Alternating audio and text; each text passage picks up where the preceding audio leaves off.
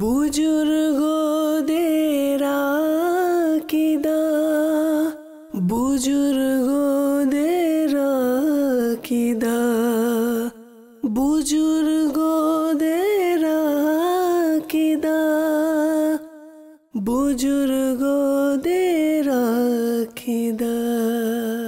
আলহামদুলিল্লাহ রাব্বিল আলামিন, আসসালাতু ওয়াসসালামু আলা সাইয়্যিদিল আমবিয়া ওয়াল মুরসালিন, আম্মা বা'দ, ফাআউযু বিল্লাহি মিনাশ শাইতানির রাজীম, বিসমিল্লাহির রাহমানির রাহিম। আসসালাতু ওয়াসসালামু আলাইকা ইয়া রাসূলুল্লাহ ওয়া আলা আলিকা ওয়া আসহাবিকা ইয়া হাবিবাল্লাহ। আসসালাতু ওয়াসসালামু আলাইকা ইয়া নবিয়াল্লাহ ওয়া আলা আলিকা ওয়া আসহাবিকা ইয়া নূরাল্লাহ। প্রিয় প্রিয় ইসলামী ভাইয়েরা ও মাদানী চ্যানেলের দর্শকবৃন্দ, মাদানী চ্যানেলের ধারাবাহিক অনুষ্ঠান বুজুর্গদের আকিদাতে আপনাদের সুস্বাগতম। আসুন আমরা দুরুদে পাকের ফজিলাত শ্রবণ করে নিই। আমাদের প্রিয় নবী মাহবুবে আরবি সরকারে দো আলম নূরে মুজাসসাম হুজুর সাল্লাল্লাহু আলাইহি ওয়াসাল্লাম ইরশাদ করেন, যে ব্যক্তি আমার প্রতি 100 বার দৈনিক দুরূদ শরীফ পাঠ করবে, আল্লাহ তাআলা ওই ব্যক্তির কপালে লিখে দিবেন এই ব্যক্তি মুনাফিকি থেকে ও জাহান্নামের আগুন থেকে মুক্ত রয়েছে, এবং কিয়ামতের দিন ওই ব্যক্তিকে শহীদদের সাথে ওঠানো হবে। সুবহানাল্লাহ, সুবহানাল্লাহ। প্রিয় প্রিয় ইসলামী ভাইয়েরা ও মাদানী চ্যানেলের দর্শকবৃন্দ, আমরা শুনছিলাম দুরুদে পাকের ফজিলত। আল্লাহ সুবহানাহু ওয়া তাআলা আমাদের সকলকে অধিক পরিমাণে সদা সর্বদা দুরূদ শরীফ পাঠ করার সৌভাগ্য দান করুন। সাল্লু আলাল হাবিব সাল্লাল্লাহু তাআলা আলা মুহাম্মদ সাল্লাল্লাহু আলাইহি ওয়াসাল্লাম, সালাতু ওয়া সালামান আলাইকা ইয়া সাইয়্যিদি ইয়া রাসূলুল্লাহ সাল্লাল্লাহু আলাইহি ওয়াসাল্লাম। প্রিয় ইসলামী ভাইরা ও মাদানী চ্যানেল দর্শকবৃন্দ, আসুন বয়ানের শুরুতেই, অনুষ্ঠানের শুরুতেই আমরা ভালো ভালো নিয়ত করে নিই, কেন রাসূল করিম সাল্লাল্লাহু আলাইহি ওয়াসাল্লাম ইরশাদ করেন, নিয়তুল মুমিনি খায়রুম মিন আমালি। মুমিনের নিয়ত তার আমলের চেয়ে উত্তম। আমরা নিয়ত করি আল্লাহ তাআলার সন্তুষ্টির জন্য, সওয়াব হাসিলের জন্য, আমাদের পিতামাতার ইসালে সওয়াবের জন্য আমরা এই অনুষ্ঠান শেষ পর্যন্ত দেখব, এর উপর আমল করব, অন্যের নিকট পৌঁছে দেব ইনশাআল্লাহ আযজা ওয়া জাল। প্রিয় ইসলামী ভাইরা ও মাদানী চ্যানেল দর্শকবৃন্দ, আজকে আমাদের আলোচ্য বিষয় জানাজার নামাজের পর দোয়া। হ্যাঁ, আমরা মানুষ, কুল্লু নাফসিন যায়িকাতুল মাউত, প্রতিটি প্রাণী মৃত্যুশীল। প্রত্যেকটি প্রাণীকেই মৃত্যুর স্বাদ গ্রহণ করতে হবে। আমরা মানুষ এই পৃথিবীতে এসেছি, বসবাস করছি, এবং খুব শীঘ্রই আমরা এই পৃথিবী থেকে প্রস্থান করব, চলে যাব। প্রিয় ইসলামী ভাইরা ও মাদানী চ্যানেল দর্শকবৃন্দ, আমার প্রিয় বাবা হয়তোবা চলে গিয়েছেন, প্রিয় মা পৃথিবীতে থেকে বিদায় নিয়েছেন, আমরা তাদেরকে বিদায় জানিয়েছি। যেমনইভাবে আমাদের এই পৃথিবীতে আসার পর আজান এবং ইকামতের মাধ্যমে আমাদেরকে স্বাগত জানানো হয়েছে, আর সেই আজান এবং ইকামাতের প্রস্তুতি নামাজ জানাজার মাধ্যমে পরিসমাপ্তি ঘটবে। প্রিয় ইসলামী ভাইরা, মুসলমান আমরা যখন মারা যাই, মারা যাওয়ার পর 3টি অবস্থা থাকে: জানাজার নামাজের আগে, জানাজার নামাজের পর, দাফনের আগে এবং দাফনের পর। এই 3 অবস্থায় মৃত্যু ব্যক্তির জন্য দোয়া, ইসালে সওয়াব করা, এটা বৈধ এবং উত্তম কাজ।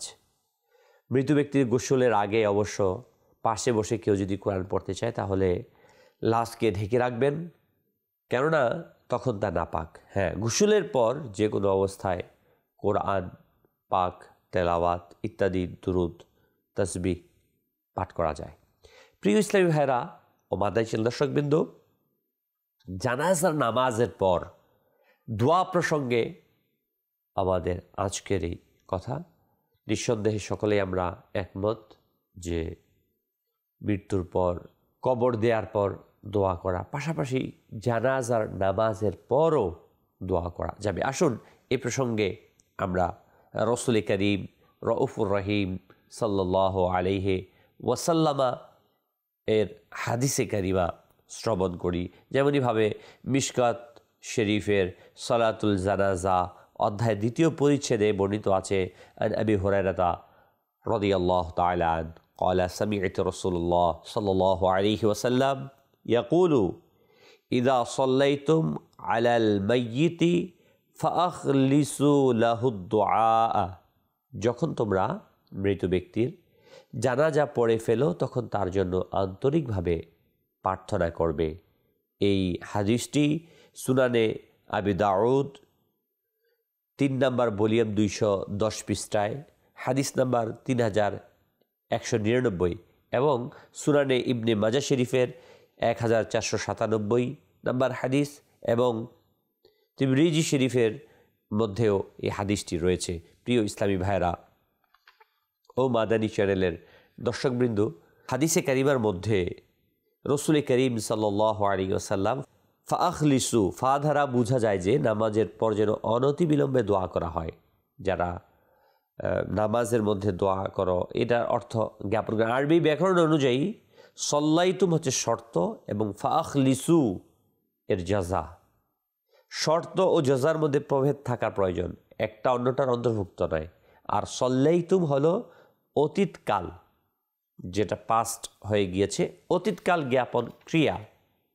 আর ফাআখলিসু হচ্ছে নির্দেশাত্মক ক্রিয়া। তাই বোঝা গেল নামাজ পড়ার পর দোয়ার নির্দেশ রয়েছে। যেমনইভাবে রয়েছে ফাইদা তাইমতুম ফান্তাশিরু, যখন খাওয়া শেষ হয় তখন ছড়িয়ে পড়ো। এতে খাওয়ার পর যেতে বলা হয়েছে। আবার বলা হয়েছে ইদা কুমতুম ইলা সলাতি ফাগসিলু ওয়ুজুহাকুম, যখন নামাজের জন্য দাঁড়াবে তখন তোমাদের মুখ ধৌত করো। কোরআনুল কারীমের মাঝে সূরা মাইদা 6 নম্বর আয়াতে বর্ণিত রয়েছে। এতে নামাজের জন্য প্রস্তুতি গ্রহণ করার বোঝানো হয়েছে। নামাজের কিয়ামের কথা বলা হয়নি, যা ইলা অব্যয় দ্বারা প্রতিবাদ হলো। আর এখানে নামাজ পড়ার ইচ্ছা পোষণ করার পরই ওযুর কথা বলা হয়েছে। তাই ফা ধারা বিলম্ব অর্থে প্রকাশ পায়। বিনা কারণে আসল অর্থ বাদ দিয়ে রূপক অর্থ গ্রহণ করা এটা কখনো বৈধ হবে না। মিশকাত শরীফের একই জায়গায় আরও উল্লেখ রয়েছে, আর ইবনে আব্বাস রাদিয়াল্লাহু তাআলা আন্না নবী সাল্লাল্লাহু আলাইহি ওয়াসাল্লাম ক্বারা আলাল জানাজাতি বিফাতিহাতিল কিতাব। হুজুর সাল্লাল্লাহু আলাইহি ওয়াসাল্লাম জানাজায় সূরা ফাতিহা পাঠ করেছেন। এর ব্যাখ্যা প্রসঙ্গে আশআতুল লুমাআত গ্রন্থে উল্লেখ রয়েছে, হুজুর সাল্লাল্লাহু আলাইহি ওয়াসাল্লাম নামাজের পর আগে বা পরে বরকতের জন্য সূরা ফাতিহা পাঠ করেছেন। যেমন আজকাল এই প্রচলন দেখা যায়। এর থেকে বুঝে শেখ আব্দুল হক মুহাদ্দিস দেহলভী রাহমাতুল্লাহ তাআলা আলাইহি তার কিতাব আশআতুল লুমাআত কিতাবের মধ্যে বর্ণনা করেন। শেখ আব্দুল হক মুহাদ্দিস দেহলভী, যিনি হচ্ছেন এই ভারত উপমহাদেশের সর্বশ্রেষ্ঠ মুহাদ্দিস, যার হাত ধরেই হাদিসের ইলম আমাদের এই ভারতবর্ষে বিস্তার ঘটেছে, প্রসারিত হয়েছে। সকলে যাকে উস্তাদ হিসেবে, শিক্ষক হিসেবে গ্রহণ করেছেন, তার মতামতকে গ্রহণ করেছেন। তো শেখ আব্দুল হক মুহাদ্দিস দেহলভী আলাইহি রাহমাতুল্লাহিল কবি, তিনি এই হাদিসটি লিপিবদ্ধ করেন এবং বলেন, যেমন আজকাল প্রচলন দেখা যায়, অর্থাৎ তার জামানার কথা বলা হচ্ছে, আজকাল দেখা যায়। এর থেকে বোঝা গেল কি শেখ আব্দুল হক মুহাদ্দিস দেহলভী আলাইহি রাহমা এর যুগেও জানাজার নামাজের আগে ও পরে বরকতের জন্য সূরা পাঠ প্রচলন ছিল। এবং শেখ আব্দুল হক মুহাদ্দিস দেহলভী রাহমাতুল্লাহ আলাইহি একে নিষেধ করেনি, বরং এটাকে হাদিসের অনুসরণই বলেছেন। তার মানে আমরা বুঝতে পারলাম রাসূল করিম সাল্লাল্লাহু আলাইহি ওয়াসাল্লাম যে নির্দেশ দিয়েছেন সাহাবায়ে কেরাম আলাইহিম রিদওয়ান পালন করেছেন। এবং হাদিস বিশারদ ভারত মহাদেশের সর্বশ্রেষ্ঠ মুহাদ্দিস শেখ আব্দুল হক মুহাদ্দিস দেহলভী আলাইহি রাহমাতুল্লাহিল কবি এর আকীদা, বিশ্বাস হচ্ছে, আমল হচ্ছে জানাজার পর দোয়া করা, ফাতিহা পাঠ করা।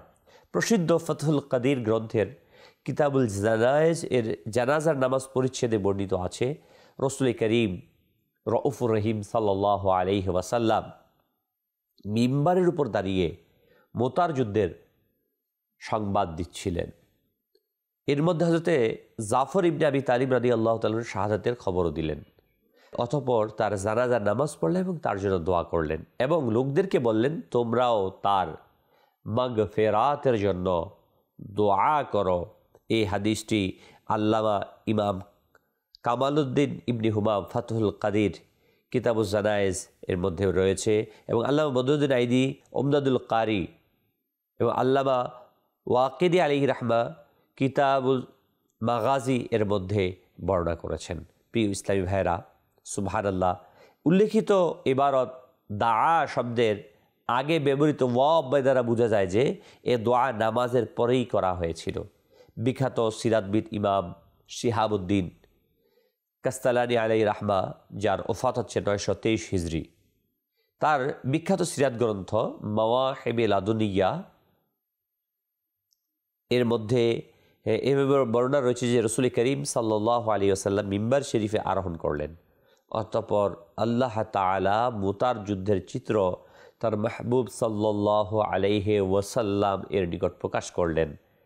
অর্থাৎ তিনি যুদ্ধের অবস্থা দেখতে লাগলেন। হুজুর করিম সাল্লাল্লাহু আলাইহি ওয়াসাল্লাম শত শত মাইল দূরে মুতার প্রান্তর, আর রসুল করিম সাল্লাল্লাহু আলাইহি ওয়াসাল্লাম মেহরাবের মধ্যে মিম্বার শরীফের উপর দাঁড়িয়ে ওই মুতার যুদ্ধকে অবলোকন করছেন, দেখছেন। এই ক্ষমতা দিয়েছে কে? আল্লাহ সুবহানাহু ওয়া তাআলা।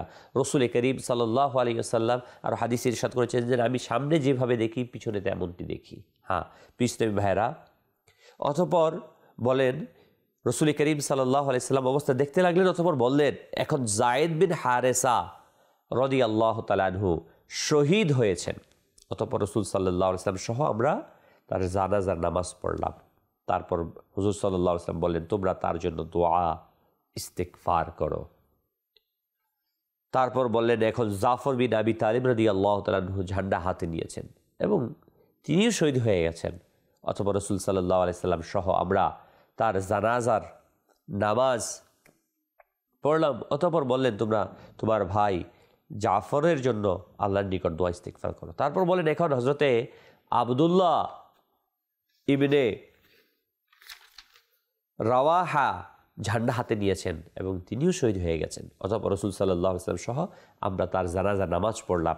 তারপর বললেন, তোমরা তোমাদের ভাইয়ের জন্য আল্লাহ তাবারক ওয়া তাআলার নিকট দোয়া ইস্তিগফার করো। এরকমই হযরতে আব্দুল্লাহ ইবনে রাওয়াহা জানাজার উপর দোয়া করেছিলেন। সুতরাং প্রমাণিত হলো যে জানাজার পর মাগফিরাতের জন্য দোয়া করা এটা বৈধ। রাসূল করিম সাল্লাল্লাহু আলাইহি ওয়াসাল্লামের নির্দেশনা।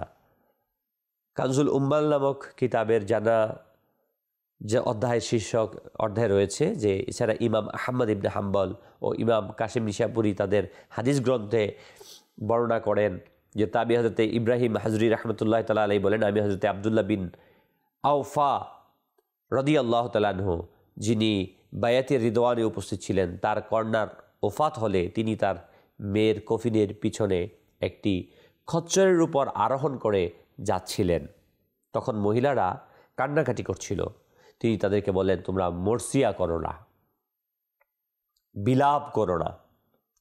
যেহেতু রাসূল করিম সাল্লাল্লাহু আলাইহি ওয়াসাল্লাম বিলাপ করতে নিষেধ করেছেন, তবে তোমাদের মধ্যে যে কেউ চাও তার জন্য অশ্রু বিসর্জন দিতে পারো, কাঁদতে পারো, অর্থাৎ চোখ দিয়ে পানি ঝরে পড়বে কিন্তু আওয়াজ হবে না, বিলাপ হবে না। এরপর জানাজার নামাজ 4টি তাকবীরের মধ্যে সম্পন্ন করলেন। চতুর্থ তাকবীরের পর 2 তাকবীরের মধ্যখানে সময় পরিমাণ দোয়া করছিলেন এবং তিনি সাহাবী বলেন অনুরূপ হুজুর সাল্লাল্লাহু আলাইহি ওয়াসাল্লাম করতেন। প্রিয় ইসলামী ভাইরা ও মাদানী চ্যানেল দর্শকবৃন্দ, হযরতে মুস্তাজিল ইবনে হুসাইন থেকে বর্ণিত আছে, হযরতে আলী রাদিয়াল্লাহু তাআলা আনহু একবার জানাজার নামাজের পর দোয়া প্রার্থনা করছিলেন। ইমাম মালিক রাহমাতুল্লাহি তাআলা আলাইহির বিখ্যাত গ্রন্থ মুদুনাতুল কুবরা এর উল্লেখ আছে, প্রত্যেক তাকবীরে এরকম বলবে, যখন শেষ তাকবীর হবে তখন অনুরূপ বলবে, অতঃপর বলবে আল্লাহুম্মা সাল্লি আলা মুহাম্মদ। এর থেকে বোঝা গেল জানাজার পর দুরূদ শরীফ পাঠ করা যাবে, কাশফুল ইজা নামক গ্রন্থে বর্ণিত আছে দাফন করার পূর্বে মৃত ব্যক্তির জন্য ফাতেহা ও দোয়া প্রার্থনা করা এটা বৈধ। এর রওয়ায়াত অনুযায়ী আমল করা হয়েছে। খুলাসাতুল ফাতিহা কিতাবে অনুরূপ বর্ণিত রয়েছে। প্রিয় প্রিয় ইসলামী ভাইরা ও মাদানী চ্যানেলের দর্শকবৃন্দ, সুবহানাল্লাহ, হযরতে আবদুল্লাহ ইবনে ওমর রাদিয়াল্লাহু তাআলা আনহু এবং হযরতে ইবনে আব্বাস রাদিয়াল্লাহু তাআলা থেকে বর্ণিত উভয় এক জানাজায় গিয়ে জানাজার নামাজ না পেয়ে মাইয়িতের জন্য ইস্তিগফার পড়লেন এবং দোয়া করলেন। একদা হযরতে উমর রাদিয়াল্লাহু তাআলা আনহু এর জানাজা যখনই শেষ হয়ে গেল তখন আব্দুল্লাহ বিন সালাম রাদিয়াল্লাহু তাআলা আনহু আসলেন। তিনি বললেন, হে আমার সাথীরা, তোমরা আমাকে নামাজে মসবুক অর্থাৎ বাদ দিয়ে করেছ, তবে জানাজার পর দোয়াতে আমাকে বাদ দিয়ে করো না। এসো আমরা সবাই মিলে দোয়া করি। উপরোক্ত হাদিসের ফালা তাসবিকুনি দ্বারা প্রমাণিত হয় যে ওই দোয়ার উপর সাহাবায়ে কেরামের আমল ছিল। প্রিয় প্রিয় ইসলামী ভাইরা ও মাদানী চ্যানেলের দর্শকবৃন্দ, এই সকল হাদিসে কারিমা, কয়েকটি হাদিসে কারিমা সাহাবায়ে কেরাম আলাইহিমুর রিদওয়ানের আমাল এবং বুজুর্গানে দিন এর রেফারেন্স, যে প্রত্যেক বুজুর্গ আলাই রাহমা যে কিতাবগুলো লিখেছেন, এক একজন জামানার শ্রেষ্ঠতম বুজুর্গ ছিলেন, আল্লাহর ওলি ছিলেন, আলিমের দিন ছিলেন। তিনারা এই আকিদা, এই বিশ্বাস, এই আমল করতেন বিধায় তারা তাদের কিতাবগুলোতে এই হাদিসগুলোকে বর্ণনা করেছেন। অর্থাৎ জানাজার নামাজের পর রসুল করিম সাল্লাল্লাহু আলাইহি ওয়াসাল্লাম যে নির্দেশ দিয়েছেন, রসুল করিম সাল্লাল্লাহু আলাইহি ওয়াসাল্লাম করেছেন, সাহাবায়ে ইজাম করেছেন, আউলিয়ায়ে কেরাম করেছেন, এই কথাগুলো এই সকল বুজুর্গানে দিনও মেনেছেন এবং সে অনুযায়ী আমল করেছেন এবং তাদের কিতাবগুলোতে সে রেফারেন্সগুলো, উদাহরণগুলো টেনেছেন।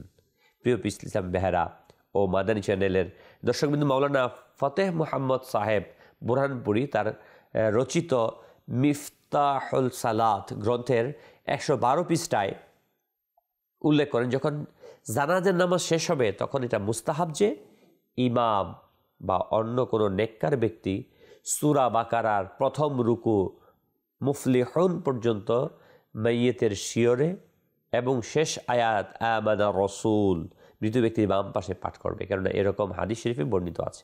কতক হাদিসে দাফনের পরেও এরকমের কথা উল্লেখ রয়েছে। সম্ভব হলে উভয় সময় পড়া বৈধ। প্রিয় ইসলামী ভাইরা,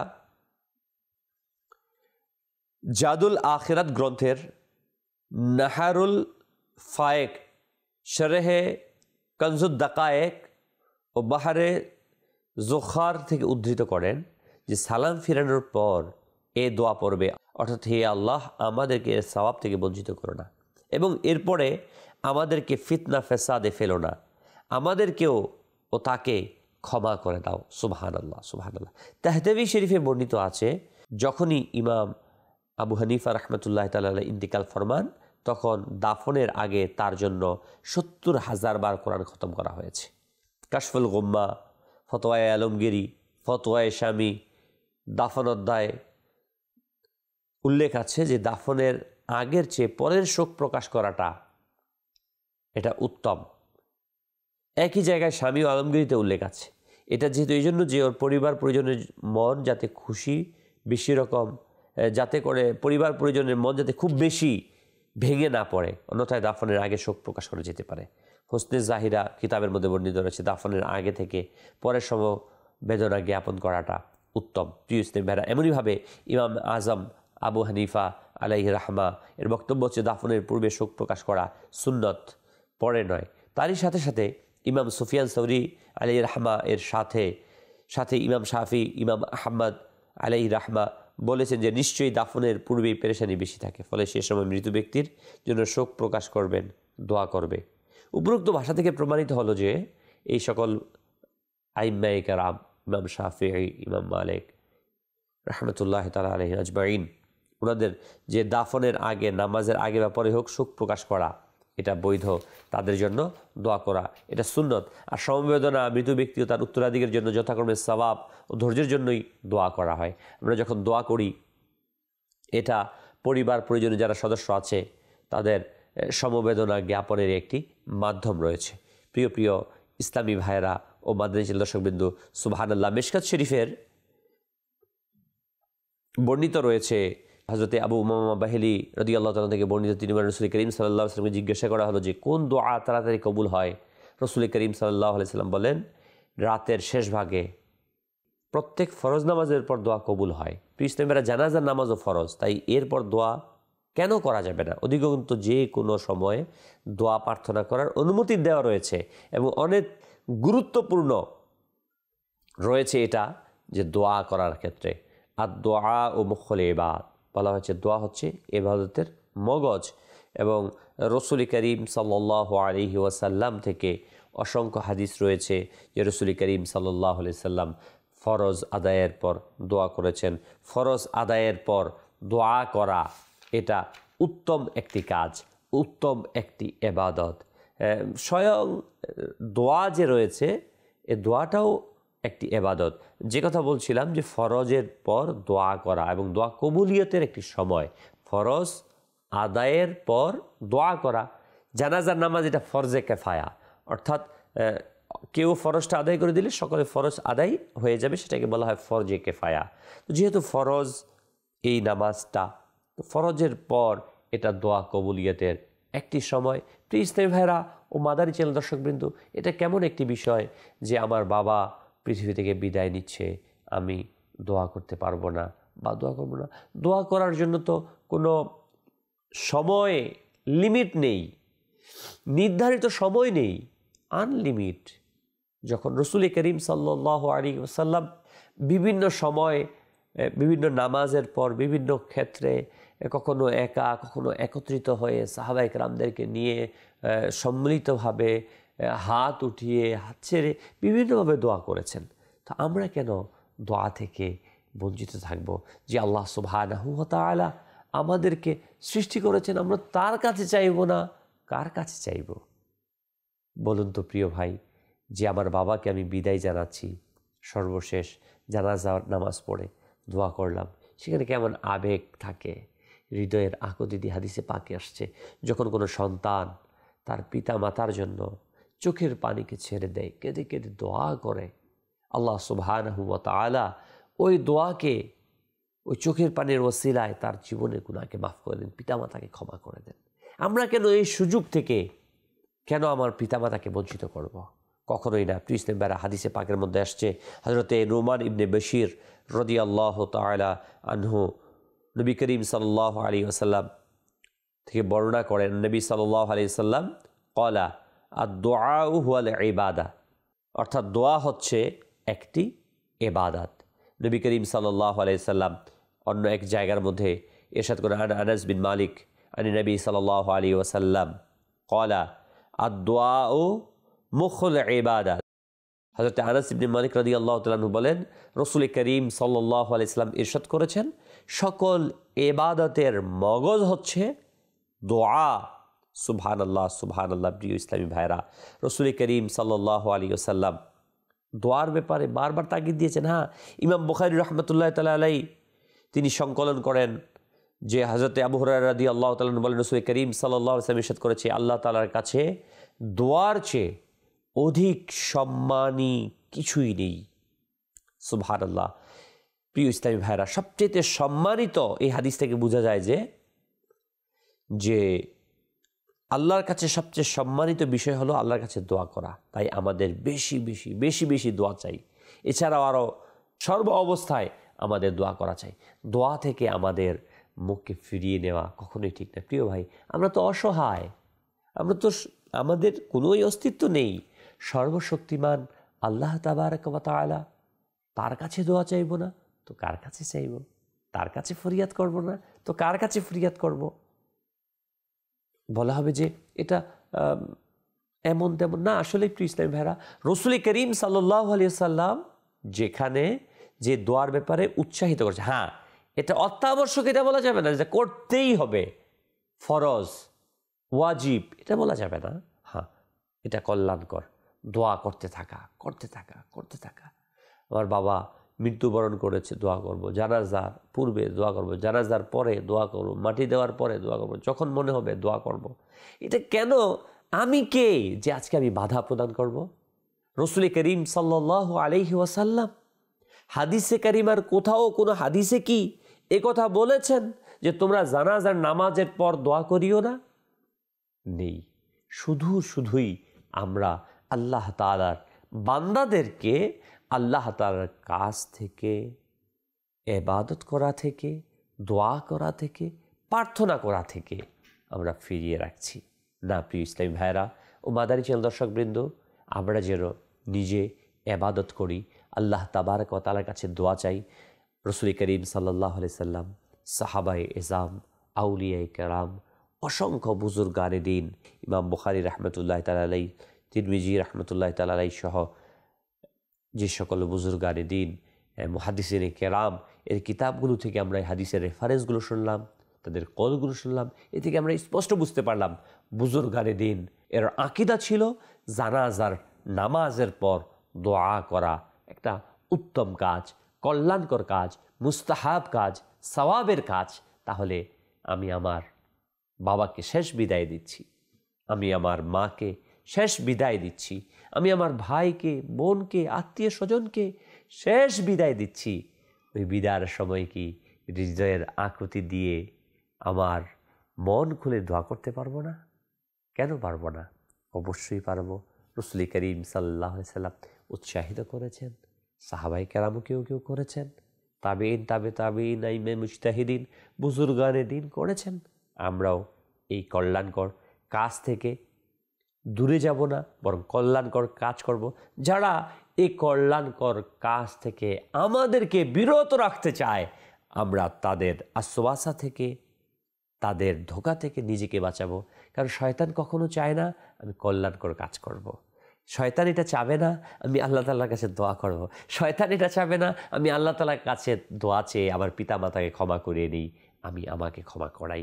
এটা কখনো শয়তানের চাওয়া নয়। এজন্য শয়তান আমাদেরকে বারবার বাধা দিতে থাকবে, বলবে জানাজার পরে দোয়া করা যাবে না, এ নামাজের পরে দোয়া করা যাবে না, এমন না তেমন না, না না না করতে থাকবে, বিভিন্ন বাহানা দিয়ে থাকবে। না, আমরা কোনো বাহানা নয়। যে কাজ আমার প্রিয় আকা সাল্লাল্লাহু আলাইহি সাল্লাম করেছেন সে আমরা করব। যেটা আমাকে নিষেধ করেননি সেটা আমি কেন নিষেধ করব?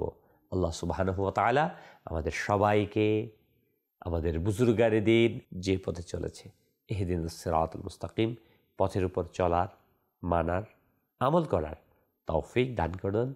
আমিন।